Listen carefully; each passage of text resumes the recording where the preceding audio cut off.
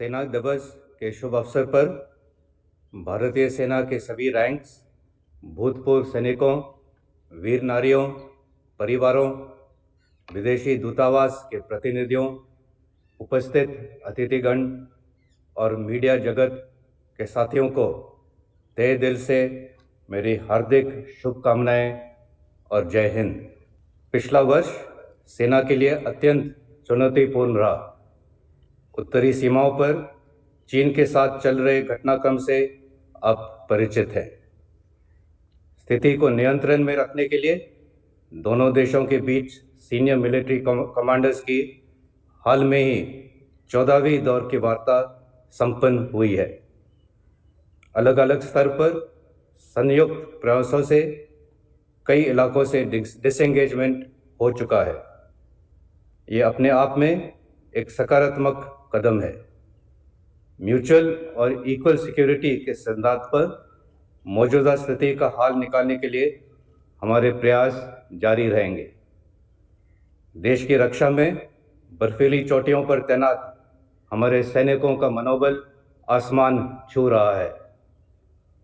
हमारा धैर्य हमारे आत्मविश्वास का प्रतीक है, लेकिन कोई भी इसकी परीक्षा लेने की गलती ना करे। हमारा मैसेज क्लियर है। भारतीय सेना सीमाओं पर एक तरफा यथास्थिति को बदलने की किसी भी कोशिश को सफल नहीं होने देगी। नियंत्रण रेखा पर स्थिति बीते साल की तुलना में बेहतर है।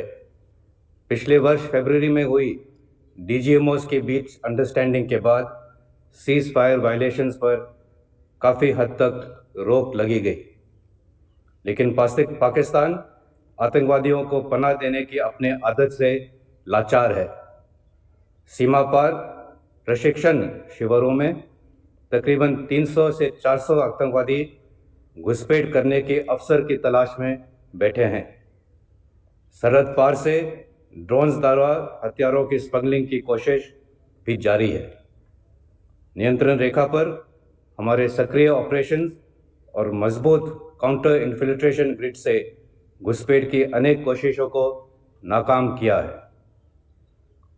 जम्मू और कश्मीर के आंतरिक इलाकों में पिछले 2 सालों से प्रगतिशील सुधार हुआ है। इसके चलते सरहद पार से समर्थित आतंकवादी तंजीमों की कोशिश रही है कि विकास की गति पर रोक डालना, और ये साजिश तेज कर दी गई है। गैर स्थानीय लोगों और गरीब मजदूरों को निशाना बनाना इसी साजिश का हिस्सा है। सिक्योरिटी फोर्सेस के लगातार प्रयासों से हिंसा की घटनाओं में काफ़ी गिरावट आई है।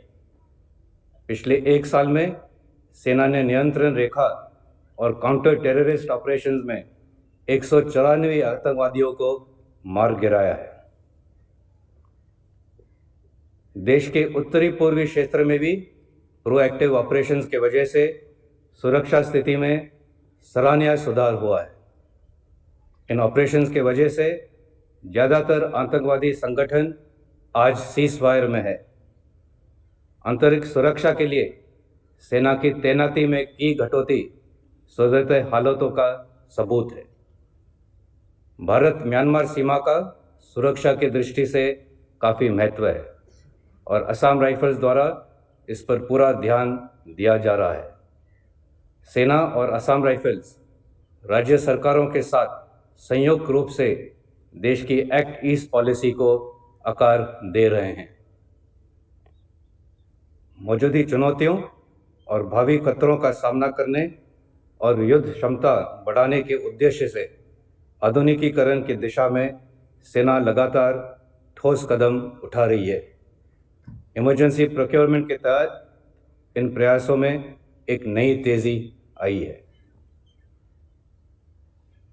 देश के अग्रणी शिक्षा संस्थानों, जिसमें आईआईटीज़ भी शामिल है, के साथ मिलकर उभरती टेक्नोलॉजीज़ जैसे कि artificial intelligence, blockchain, quantum computing, unmanned systems, directed energy weapons और स्वान ड्रोन्स के क्षेत्रों में काम तेज़ी से आगे बढ़ रहा है। आधुनिकीकरण के ये प्रयास के साथ साथ इंफ्रास्ट्रक्चर, जिसमें बॉर्डर रोड्स, टनल्स और अंडरग्राउंड स्टोरेज भी शामिल है, इसमें भी निरंतर सुधार हो रहा है। ये अपने आप में एक बड़ी उपलब्धि है। सेना के आधुनिकीकरण के ये प्रयास देश के आत्मनिर्भर भारत का सपने का एक अभिन्न हिस्सा है।